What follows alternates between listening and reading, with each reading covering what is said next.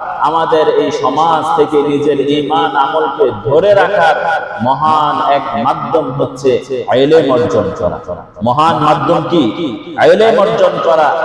হাদিসের মধ্যে রয়েছে আল ইলমু নূরুন, আল ইলমু নূরুন ওয়াল্লাহু লা ইউতিহিল আসি। ইলম হচ্ছে একটা আলো, ওই আলো অন্ধকারে যায় না। ওই আলো গুনাহগারকে দেওয়া হয় না। তাহলে ইলম যদি থাকে, আলো যদি থাকে, বাতি যদি থাকে, ব্যক্তি অন্ধকার থেকে মুক্তি পায়, তাই না? একটা ঘর অন্ধকার, ওখানে যদি একটা লাইট জ্বালায় দেওয়া হয় তাহলে অন্ধকার কি হয়? দূর হয়, অন্ধকার দূরীভূত হয়ে যায়। ওনার খাবারটা কোথায় আছে উনি খুঁজে পায়, ওনার কাপড়টা কোথায় আছে উনি খুঁজে পায়, ওনার চশমাটা কোথায় আছে খুঁজে পায়, ঘর যদি আলোকিত হয়। কিন্তু ঘর অন্ধকার, তার চক্ষু আছে কিন্তু চশমাটা যে কোথায় উনি খুঁজে পাচ্ছে না। কেন? আলো নাই। ঠিক চোখের আলো দিয়ে যেমন দুনিয়া দেখা যায়, আল্লাহ রাব্বুল আলামিন মানুষের দিলের মধ্যে এক ঈমানি আলো দান করে। ওই আলো হচ্ছে ইলমের ওহীর আলো। আসমানি আলো, আসমানি আলো হচ্ছে কোরআনের আলো, আসমানি আলো হচ্ছে রাসূলের হাদিস। যার মধ্যে কোরআনের আলো থাকবে, যার মধ্যে হাদিসের আলো থাকবে, তার এই দুনিয়া সুন্দর, আখিরাতও সুন্দর। কিন্তু আফসোস আর দুঃখের বিষয়, আমাদের চোখের মধ্যে রঙিন চশমা লাগানো আসমানি ইলমকে আমরা মূল্যায়ন করি না, আর দুনিয়ার ইলমকে মূল্যায়ন করি। দুনিয়ার ইলমকে মূল্যায়নের শেষ পরিণতি কি? হয়তোবা কিছুদিন ডাল রুটি একটু ভালো হবে, কিন্তু এখানেই শেষ। হয়তোবা জীবিকা কিছুটা ভালো হবে, এখানেই শেষ, পরকালে কিচ্ছু নাই। কিন্তু কোন ব্যক্তি যদি আখিরাতের পাথেয় অর্জন করে, আখিরাতের ইলম অর্জন করে, আল্লাহ তাআলা দুনিয়া তার পায়ের নিচে এনে দিবেন, আর আখিরাত তার জন্য বরাদ্দ থাকবে। আখিরাত তার জন্য বরাদ্দ থাকবে। এই কারণে ইলম যদি থাকে, তখন আপনি বুঝতে পারবেন কোনটা হালাল, কোনটা হক, কোনটা না হক, কোনটা হালাল, কোনটা হারাম, কোনটা হক পন্থী, কোনটা বাতিল পন্থী, কোনটা জায়েজ, কোনটা না জায়েজ। এটা বুঝবেন কিভাবে? যদি ভিতরে আলোই না থাকে। ভিতরে আলো থাকলেই তো আপনি বুঝতে পারবেন। আর আলো যদি না থাকে, গড় পাতায়া মানুষ আপনাদেরকে একটা লাউ দিয়ে দিল, একটা মূলা ধরাই দিল, আপনি ওটাই কি বুঝবেন? বলতে পারেন হুজুর, তাহলে ইলমে দ্বীন আমরা কিভাবে অর্জন করব? আল্লাহ রাসূল গত জুমায় আমরা আলোচনা করেছিলাম, তালাবুল ইলমি ফরিদাতুন আলা কুল্লি মুসলিম। ইলমে দ্বীন শিক্ষা করা প্রত্যেক মুসলমানের উপর ফরজ।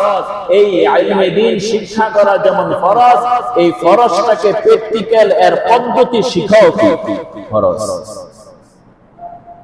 যদি এই ইলম আমার মধ্যে না আসে, তাহলে তো আমি গুনাহগার হয়ে যাব। এই ইলম যদি আমার ভিতরে না আসে, আমি গুনাহগার হয়ে যাব। এই অনুভূতি মুসলমানের মধ্যে আজকে নাই। মুসলমানের মধ্যে অন্তত এতটুকু অনুভূতি এখন পর্যন্ত আছে, নামাজ না পড়লে কি হয়? বলেন না, গুনাহ হয় না সওয়াব হয়? সব ঘুমায়। নামাজ না পড়লে সওয়াব হয় না গুনাহ হয়? গুনাহ হয়। রোজা না রাখলে গুনাহ হয় না সওয়াব হয়? গুনাহ হয়। হজ না করলে কি হয়? গুনাহ হয়। যাকাত না দিলে কি হয়? গুনাহ হয়। এগুলো ফরজ বিধান। ঠিক তেমনি ভাবে ফরজ পরিমাণ ইলম অর্জন করা ফরজ, ফরজ পরিমাণ ইলম অর্জন না করলে গুনাহ হয়। কেমন গুনাহ? নামাজ না পড়লে যেমন গুনাহ, ফরজ পরিমাণ ইলম অর্জন না করলে তেমনি গুনাহ। কেননা হারাম, এটা যে হারাম, এই ইলম যখন আপনার ভিতরে থাকবে না, তখন তো আপনি সূর্যের সাথে জড়াইবেন। বলেন না ভাই? নামাজ পড়া ফরজ, এটা না পড়লে কতটা শাস্তি, এর ইলম যদি আপনার ভিতরে না থাকে, তো আপনি নামাজ ছেড়ে তো দোকানে বসে থাকবেনই। বলেন না ভাই? আযান যখন হয়ে যাবে, নামাজ যে কতটা গুরুত্ব, হাদিসের মধ্যে রয়েছে কোন ব্যক্তি যদি ফজরের আযান হয়ে যাওয়ার পর সে যদি ফজরের নামাজ না পড়ে যোহর পর্যন্ত, আল্লাহর রাসূল দেখলেন জাহান্নামের মধ্যে একজন ব্যক্তি অত্যাচার করা হচ্ছে, কেমন বড় একটা পাথর দিয়ে তার মাথার মধ্যে আঘাত করা হচ্ছে, রক্তের নদী, ওই আঘাতের কারণে ওই ব্যক্তি আবার সাগরের মাঝখানে চলে যায়, তার মাথা ছিন্ন বিচ্ছিন্ন হয়ে যায়। ওই পাথর ফেরেশতা যখন আবার আনে, আনতে আনতে ওই লোকের মাথা আবারও জোড়া লেগে যায়, ওই ফেরেশতা আবারও তাকে প্রহার করে।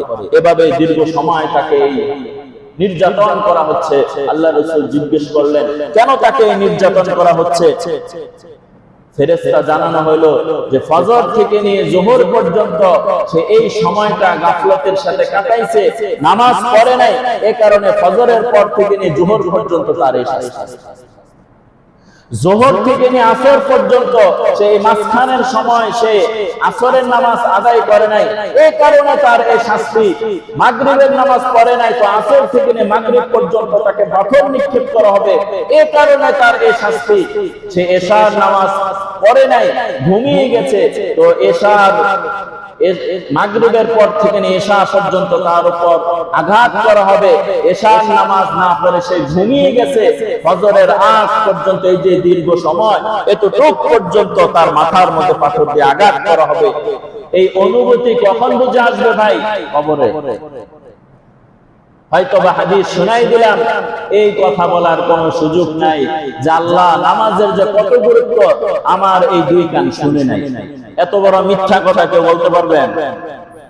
নামাজের যে কত গুরুত্ব এই ব্যাপারে আমি তো প্রায় 8 জুমা আলোচনা করছি। কয় জুমা ভাই? 8টা জুমা ধারাবাহিক ভাবে আলোচনা করেছি। এগুলো ইউটিউবে ধারাবাহিক ভাবে আলোচনা আছে। এই নামাজের গুরুত্বের ব্যাপারে আমি এক মৌলভী কি আলোচনা করেছি না পৃথিবীর সব মৌলভীরাই কি করে? এই আলোচনা করে পৃথিবীর প্রতিটা নামাজি ব্যক্তি সে চায় তার সন্তানটা যেন নামাজি হয়ে যাক, পৃথিবীর প্রতিটা নামাজি চায় তার স্ত্রী যেন নামাজি হয়ে যাক, তার পরিবার বর্গ যেন নামাজি হয়ে যাক। চাই কিনা? এমন একজন নামাজি পাওয়া যাবে আমি একলা নামাজ পড়ে জান্নাতে চলে যাব, এমন নামাজি আছে? এমন নামাজি নামাজি ব্যক্তি চায় তার পরিবার বর্গ সবাই যেন নামাজি হোক, একসাথে জান্নাতে থাকবো। কিন্তু সবাই কি কথা শুনে? আপনি তো নামাজি, মাশাআল্লাহ, ফজরের সময় তালা খুলে গেট খুলে আপনি মসজিদে আইসা পড়ছেন, আপনার বউ ঘুমায় রয়েছে, আপনার বালেক ছেলে ঘুমায় রয়েছে, আপনার বালেক মেয়ে ঘুমায় রয়েছে, আপনি ফজরের নামাজে আসছেন।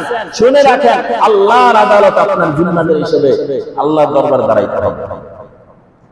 তুই বাবা, ওই গার্জিয়ান, সেও চায় আমার স্ত্রী, আমার ছেলে, আমার মেয়ে নামাজি হয়ে যায়। কই আপনার কথা তো শুনছে না, সে তো নামাজি হচ্ছে না, সে তো দ্বীনের উপর চলতেছে না। কারণ কি? কারণ তার মধ্যে ইলম নাই। কারণ হচ্ছে তার মধ্যে ইলম নাই, ঈমানের নূর নাই। এই কারণেই তো তার আল্লাহর ভয় থেকে তাকে উদাসীন করে দিয়েছে, সে ফজরে ঘুমায় না। এই কারণেই তো সে উদাসীন। যখন যোহরের আজান হয় সে দোকানে বসে থাকে, যখন আসরের আজান হয় সে বাজারে বসে থাকে, যখন এশার সময় হয় তখন টেলিভিশন আর মোবাইল চালাইতে চালাইতে সে ঘুমিয়ে যায়, এশার নামাজ পড়ার সময় গুরুত্ব নাই। ওই ইলম না থাকার কারণেই তো এটা হয়েছে। তাহলে ইলমে দ্বীন, ফরজ পরিমাণে ইলম যদি আপনি না শিখেন, আল্লাহর আদালতে আপনি তো দাঁড়াবেন, সাথে সাথে যার কারণে সে ইবাদত ছেড়ে দিল এই ব্যক্তি আল্লাহর দরবারে নালিশ করবে। আমি খুতবার শুরুতে ওই একটা কোরআনের আয়াতে পড়েছি, ওই একটা আয়াতে পড়েছি, আলোচনার শেষে আয়াতের অনুবাদটা বললাম।